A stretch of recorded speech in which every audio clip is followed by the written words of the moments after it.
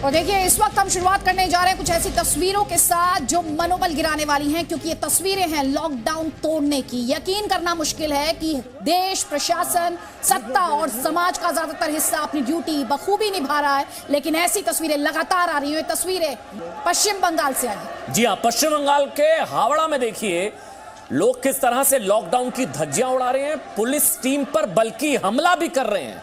मतलब पहले लॉकडाउन तोड़ा, फिर कानून तोड़ा, फिर कानून के रखवालों पर हमला किया। भीड़ ने बल्कि पुलिस पर पथराव किया, बोतलें फेंकी, पुलिस की गाड़ी तोड़ दी। हावड़ा का ये टिकियापाड़ा इलाका है जहां पर भारी भीड़ आप साफ देख रहे हैं तस्वीरों में लॉकडाउन को तोड़ते हुए। आपको ये भी बता दें भीड़ को नियंत्रित करने के लिए पुलिस गई थी, उसके साथ भी पथराव किया गया। आरएएफ की टीम वहां पर गई थी, उस पर भी पथराव किया गया। चिंता बढ़ाने वाली ये तस्वीरें। ज्यादा डिटेल्स के लिए रुक करेंगे जी मीडिया संवाददाता पूजा मेहता का। पूजा, और क्या डिटेल्स हैं, कौन लोग हैं ये, क्या दिक्कत इनको हो रही थी और ये भीड़ कैसे इकट्ठा हो गई? देखिए अदिति, सबसे पहले आपको बता दें ये इलाका जो है पूरा रेड जोन के तौर पे इसको कैटेगराइज किया गया है और हावड़ा जिले को हॉटस्पॉट के तौर पे कैटेगराइज किया गया है। पिछले कुछ दिनों में कोरोना वायरस के केसेस जो है काफी ज्यादा संख्या में यहाँ पे बढ़े हैं, लिहाजा सरकार की ओर से, प्रशासन की ओर से यहाँ पे काफी स्ट्रिक्टली लॉकडाउन को इम्पोज कराया जा रहा था। आप देखिए यहाँ पर लगातार जो है पुलिस की तरफ से यहाँ पर पेट्रोलिंग की जा रही थी। करीब करीब 4:30 से 5 बजे के बीच में ये खबर आती है कि कुछ लोग जो है अपने घरों से निकले हैं और लॉकडाउन का उल्लंघन कर रहे हैं। तभी आरएएफ की टीम जो है वहां पर पहुंचती है और हावड़ा पुलिस कमिश्नरेट की ओर से भी कुछ वहां पे पुलिस अफसर पहुंचते हैं। अचानक से पुलिस जब उनको समझाती है कि वो अपने घरों पे लौट जाए, ये जो पूरी गली है या ये जो पूरा इलाका है, आप देखेंगे घरों से लोग अचानक से ज्यादा वहाँ पे सड़कों पर आ जाते हैं। अचानक से पुलिस वहाँ पे आउटनंबर हो जाती है और आप तस्वीरों में देखिए किस तरीके से इस भीड़ ने आरएएफ के जो कर्मी है उनको एक तरफा जो है एकदम कॉर्नर कर दिया। और उसके बाद ये हॉटस्पॉट है, रेड जोन है, आप ये भी बता रही है ना, ये रेड जोन में एरिया आपको बता दें। और यहाँ पर काफी प्रशासन जो है पिछले कुछ दिनों से काफी स्ट्रिक्ट है, क्योंकि इसको रेड जोन से ऑरेंज जोन में लाना होगा।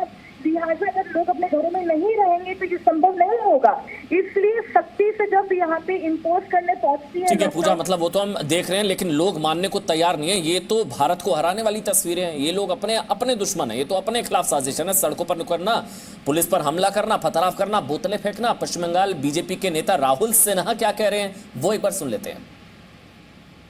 जैसे आज टिकियापाड़ा में पुलिस के ऊपर हमला हुआ, उसी का कारण एक ही है, तुष्टीकरण का राजनीति का कारण। बंगाल में पुलिस का मनोबल एकदम नीचे चला गया। हावड़ा रेड जोन होते हुए भी कोई लॉकडाउन का परवाह नहीं है।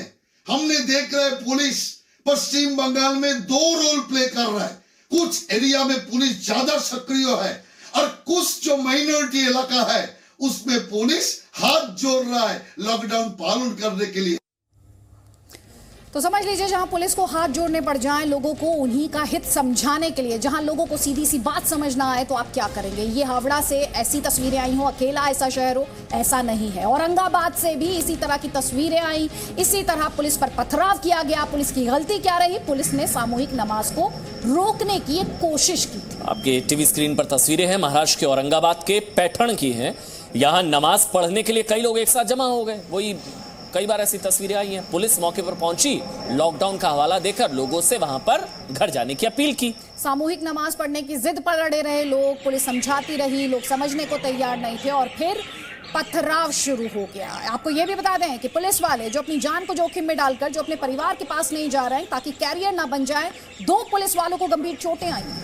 और पथराव की घटना सोमवार को पैठण के बिड़किन इलाके में हुई है। मतलब पुलिस वालों पर पथराव, पुलिस वालों पर हमला, पुलिस वालों पर पत्थरबाजी, पुलिस वालों पर बोतलें फेंकी जा रही है।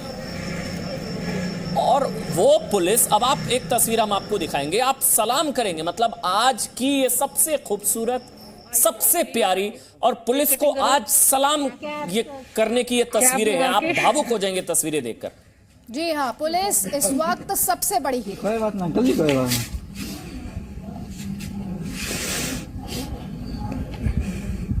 Thank you, you made my day.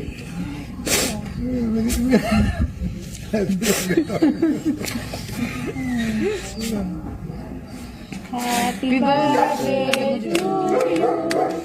Happy birthday to you. Happy birthday, dear uncle. Happy birthday to you. आइए अंकल प्लीज आइए, तस्वीरें केक कटिंग करो। पुलिस पहुंची जन्मदिन मनाने बुजुर्ग का। आपको कैप बता लगा देते हैं कि बच्चे विदेश में रहते हैं, लेकिन अकेलापन ना महसूस हो इस बड़े दिन इनके जश्न में कमी ना आने पाए तो पुलिस खुद पहुंच जाती है केक लेकर और साथ ही इस खुशी में, इस जश्न में शामिल होती है। मतलब पुलिस की अंडरस्टैंडिंग, एक भावुक चेहरा, एक अंडरस्टैंडिंग वाला चेहरा, ये पुलिस। और दूसरी तरफ इसी पुलिस पर पथराव की तस्वीरों के साथ आज हमने देशहित की शुरुआत की। Happy birthday to you. Happy birthday, dear uncle. Happy birthday to you. मतलब पुलिस जान भी बचा रही है और ये पुलिस का मानवीय चेहरा, और कुछ लोग पुलिस पर हमला कर रहे हैं, इस पुलिस पर। और अब कैसे कोरोना की लड़ाई सबसे पहले जीतेगा हिंदुस्तान।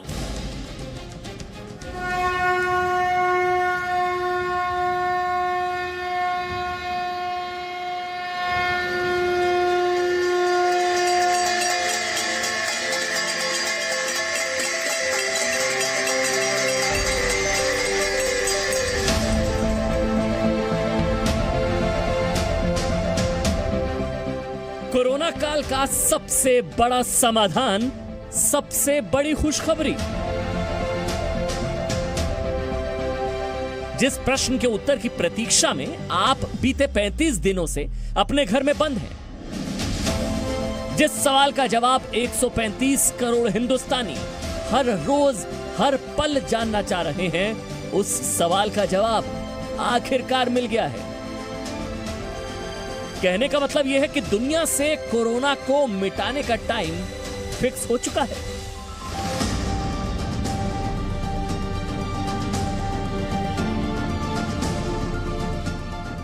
आज आपको पता चलेगा किस देश में कब पूरी तरह से खत्म होगा कोरोना वायरस।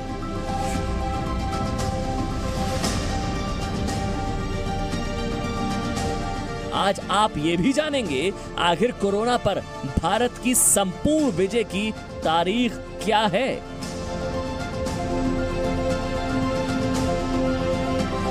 कोरोना के अंत का कैलेंडर। देखा आपने, जिस खबर में है देश का हित, उसी से शुरू होगा आपका शो देश हित, क्योंकि ये खबर आपके हित की, हमारे हित की, एक तरीके से गुड न्यूज आप इसको कहिए। इस समय पूरी दुनिया को सिर्फ ये जानना है कि कोरोना का अंत कब होगा।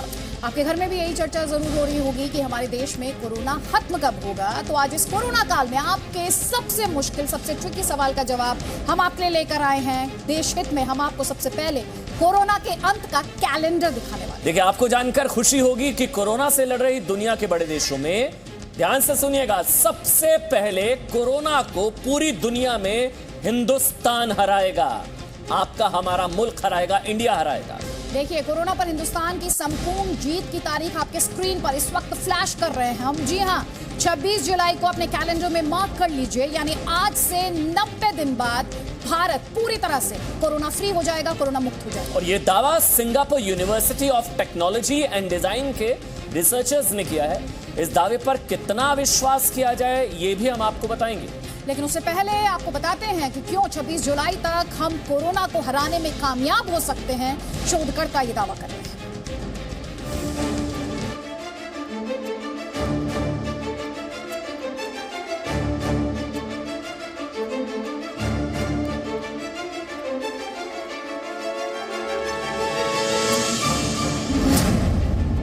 आज से 90 दिन बाद देश मनाएगा कोरोना पर विजय की दिवाली। 5 अप्रैल को भारत की तस्वीर पूरी दुनिया ने देखी थी।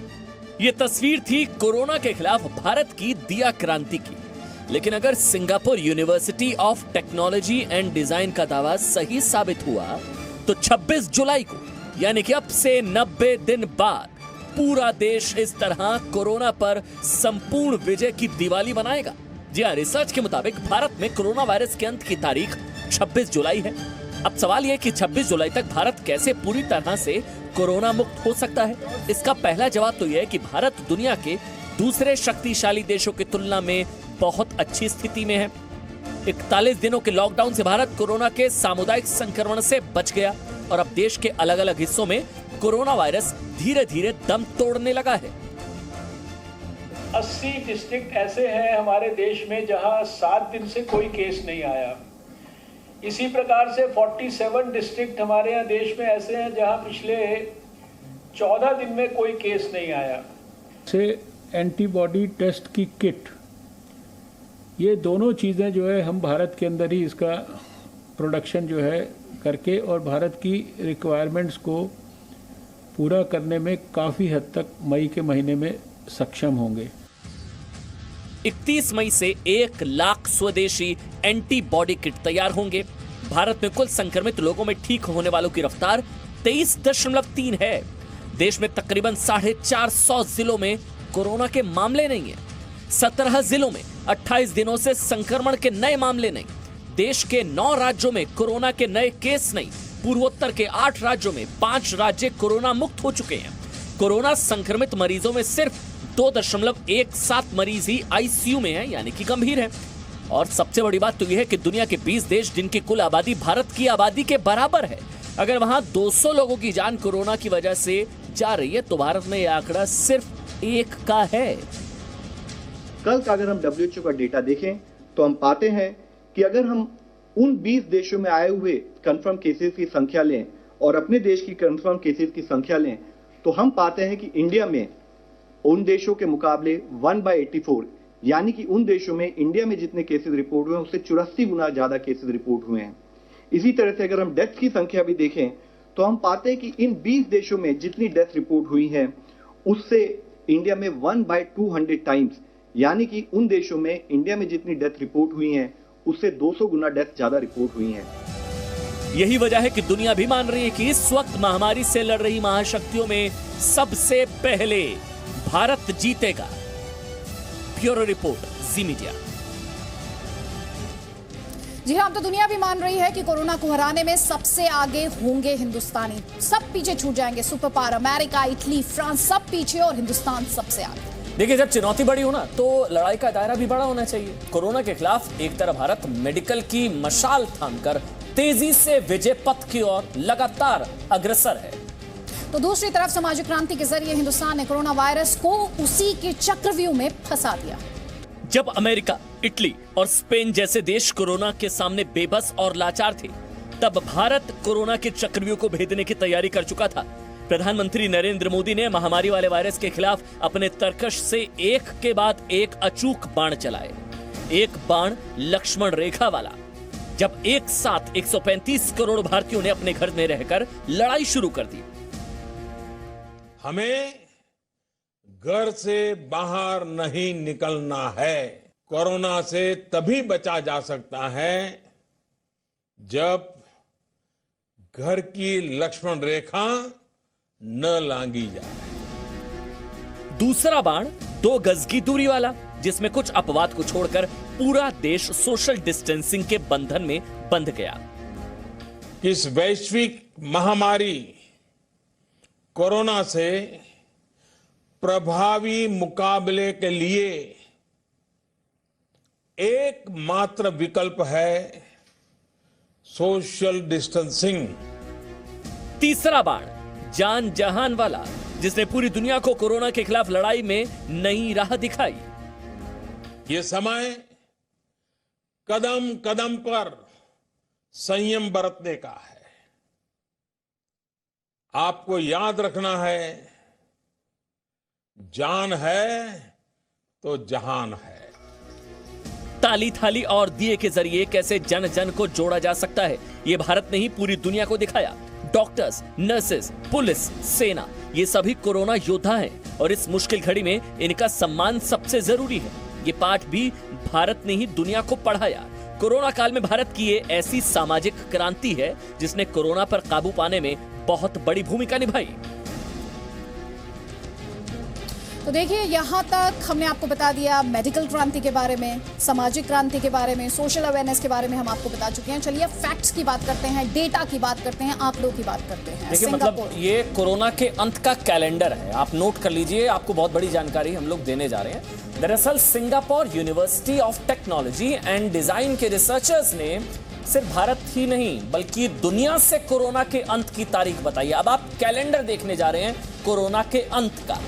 तो रिसर्च ये कह रही है कि जिस तरह भारत आगे बढ़ रहा है उस लिहाज से 26 जुलाई को यानी 90 दिन बाद हिंदुस्तान पूरे तरीके से कोरोना फ्री यानी कोरोना मुक्त हो जाएगा। और अमेरिका की यहां पर बात करें तो उसे कोरोना फ्री होने में 1 महीना हिंदुस्तान से ज्यादा लगेगा। उसके लिए जो तारीख तय की गई है वो देखिए 27 अगस्त की तारीख। और फ्रांस थोड़ा सा पहले 5 अगस्त को कोरोना फ्री देश बन सकता है फ्रांस, ऐसा रिसर्चर्स का दावा है। इटली की बात करें जहां पर बहुत भयावह स्थिति है, 25 अगस्त, जी हाँ 25 अगस्त तक इटली कोरोना फ्री हो सकता है। और अगर पूरी दुनिया की कोरोना मुक्त होने से बात की जाए, कोरोना फ्री होने से बात की जाए, कोरोना के संपूर्ण अंत की तारीख आपको बताएं तो ये तारीख है थोड़ा लंबा इंतजार, 9 दिसंबर। जी हाँ, साल का आखिरी महीना दिसंबर, तारीख 9 दिसंबर। आपके लिए जानना बहुत जरूरी कि भविष्यवाणी AI यानी आर्टिफिशियल इंटेलिजेंस पर आधारित है, जिसमें करीब 85 देशों में कोरोना संक्रमण के मामले और स्वस्थ होने वाले मरीजों के डेटा का अध्ययन किया गया, स्टडी की गई। और इसी आधार पर कोरोना संक्रमण के अंत की तारीख बताई गई है। मतलब निचोड़ ये है कि सबसे पहले हिंदुस्तान हराएगा कोरोना के खिलाफ लड़ाई में, सबसे आगे हिंदुस्तान।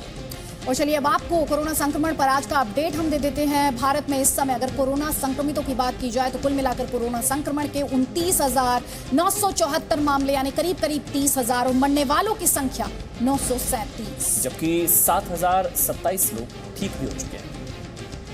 आगे बढ़ते हैं, बीते कुछ दिनों में देखा गया है कि कई संक्रमितों में कोरोना के लक्षण ही नहीं पाए गए हैं, असिम्प्टोमेटिक जिनको कहा जाता है। अब आपको कोरोना के 6 नए लक्षण हम आपको बताने जा रहे हैं। देशहित में ये जानकारी बहुत जरूरी है, इसको नोट कर लीजिए, बहुत ध्यान से सुनिएगा। तो देखिए, सबसे बड़ा लक्षण तेज बुखार। अगर तेज बुखार है तो ये कोरोना वायरस के लक्षण में शामिल है, लेकिन लगातार सिर दर्द रहना भी नया लक्षण है। देखिए, पहले ऐसा था, मतलब पहले खराश लक्षण था, लेकिन अब उसके साथ साथ गले में अगर चुभन होती है और दर्द भी होता है तो वो भी अब एक नया लक्षण है कोरोना वायरस का। जुकाम पहले भी लक्षण था, लेकिन अब बहुत ज्यादा ठंड अगर लग रही है तो वो कोरोना का लक्षण हो सकता है। और अगर नाक बहन रही है, वो पहले भी लक्षण था कोरोना का, लेकिन अब ठंड के साथ साथ अगर कपकपी छूट रही है तो वो भी नया सिम्टम हो सकता है कोरोना वायरस का। पहले सीने में दर्द एक लक्षण था, लेकिन अब मांसपेशियों में दर्द रहना भी एक लक्षण है। साथ ही सांस में अगर तकलीफ हो रही है, और उससे भी बड़ा लक्षण जो सभी डॉक्टर्स अगर आप बात करेंगे जो भी कोरोना स्पेशलिस्ट हैं, गंध या स्वाद का महसूस ना होना यानी आपके सेंसेस का वीकन हो जाना, ये सबसे बड़ा लक्षण है। अब आपको होम आइसोलेशन पर स्वास्थ्य मंत्रालय की नई गाइडलाइन भी आपके लिए जानना बहुत जरूरी है देशहित में। मतलब ये कि संक्रमण के कम लक्षण हो तो घर पर सेल्फ आइसोलेशन में रहें। ध्यान से सुनिए, कम लक्षण हैं तो घर पर सेल्फ आइसोलेशन में रहें। मरीज की 24 घंटे देखभाल होनी चाहिए। डॉक्टर को मरीज की जानकारी लगातार देते रहना चाहिए। इसके अलावा मरीज और केयर टेकर डॉक्टर की सलाह से हाइड्रोक्सी क्लोरोक्विन दवा लें। साथ ही आरोग्य सेतु ऐप, जिसके बारे में प्रधानमंत्री मोदी काफी बोले हैं, खुलकर बोले हैं, इसे आप ब्लूटूथ या फिर वाईफाई के जरिए हमेशा एक्टिव रखिए, सक्रिय रखिए। और जिला निगरानी अधिकारी को नियमित आप जानकारी दें, अपने स्वास्थ्य के बारे में लगातार हेल्थ अपडेट उनको करते रहें। और साथ ही आपको अंडरटेकिंग देनी होगी मरीज के गाइडलाइंस मानने की। आज कोरोना काल में एक चीज ऐसी है जो पूरी दुनिया के लिए बहुत जरूरी हो गई है। आप जानते हैं वो क्या है? मास्क। जी हाँ, मास्क। लेकिन क्या आपने कभी सोचा कि मास्क जो आप पहनते हैं उसने कितनी लंबी यात्रा तय की है? थोड़ी देर के लिए कल्पना कीजिए कैसा दिखता होगा दुनिया का पहला मास्क। पिछले कई 100 वर्षों में उसने कितनी सारी स्टेजेस, कितने सारे पड़ाव तय किए होंगे, कितनी बार मास्क का भी चेहरा बदला होगा। और जब ये वर्ष 2020 यानी 2020 शुरू हुआ तो हमने और आपने, पूरी दुनिया में किसी ने क्या सोचा होगा कि जब इस साल के चौथे महीने भी नहीं गुजरा होगा यानी अप्रैल भी नहीं गुजरा होगा तो ये मास्क सबकी आइडेंटिटी का हिस्सा बन गया होगा।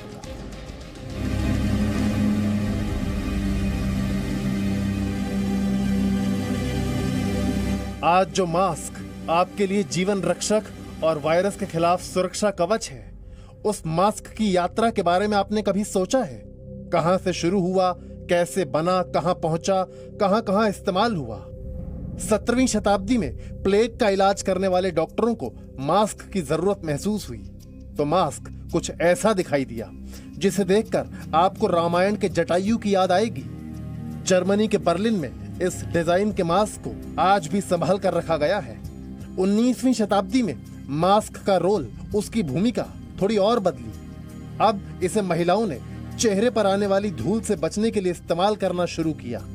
1910 में जब चीन के एक हिस्से में प्लेग फैला और जब डॉक्टरों ने यह माना कि यह हवा से भी फैल सकता है तो वायरस से बचने के लिए मास्क जरूरी हो गया।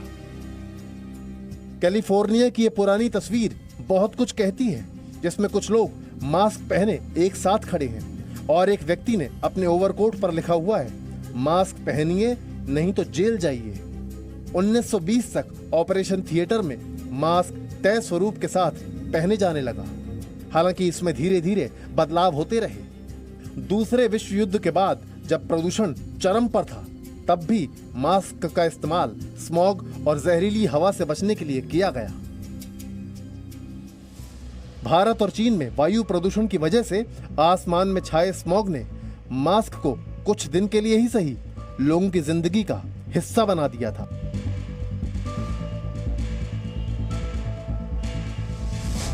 2010 में मशहूर फैशन डिजाइनर अलेक्जेंडर मैक्वीन ने अपने फैशन शो में मास्क को फैशन गैजेट के तौर पर कुछ इस तरह प्रस्तुत किया था। लेकिन किसने सोचा था कि 2020 के 4 महीने भी नहीं बीते होंगे और मास्क हमारे जीवन का हिस्सा बन चुका होगा? किसने सोचा था प्रधानमंत्री मोदी राष्ट्र के नाम जब संबोधन देंगे तो गमछे को मास्क के तौर पर प्रयोग करेंगे और मन की बात में मास्क को जीवन शैली का हिस्सा बताएंगे। मास्क अब सभ्य समाज का प्रतीक बन जाएगा। अगर बीमारी से खुद को बचना है और दूसरों को भी बचाना है तो आपको मास्क लगाना पड़ेगा। और मेरा तो सिंपल सुझाव रहता है, गमछा मुंह ढकना है। वर्ष 2020 का अभी सिर्फ एक तिहाई हिस्सा ही बीता है और दुनिया की चाल, चरित्र और चेहरा बदल गया है। ब्यूरो रिपोर्ट, जी मीडिया। तो मास्क को अपनी जिंदगी का नियमित हिस्सा बना लीजिए, यही अपील हम आपसे करेंगे। आगे बढ़ेंगे और अब बात करेंगे साधुओं की हत्या पर सेक्युलर गैंग के दोहरे मापदंड की। जी हां, उत्तर प्रदेश के बुलंदशहर में साधुओं की हत्या हुई तो सेक्युलर गैंग जाग गया, लेकिन पालघर में साधुओं की हत्या पर सेक्युलर गैंग चुप क्यों? ये बड़ा सवाल है।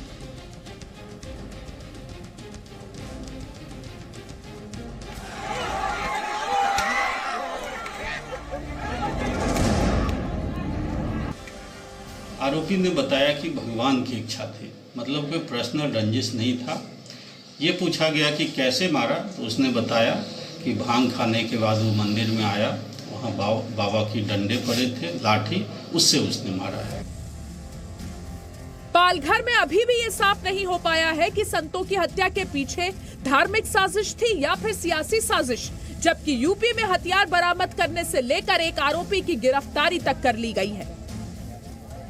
गांव के एक व्यक्ति को एक छोटी बात पर टोका गया था 2-3 दिन पहले।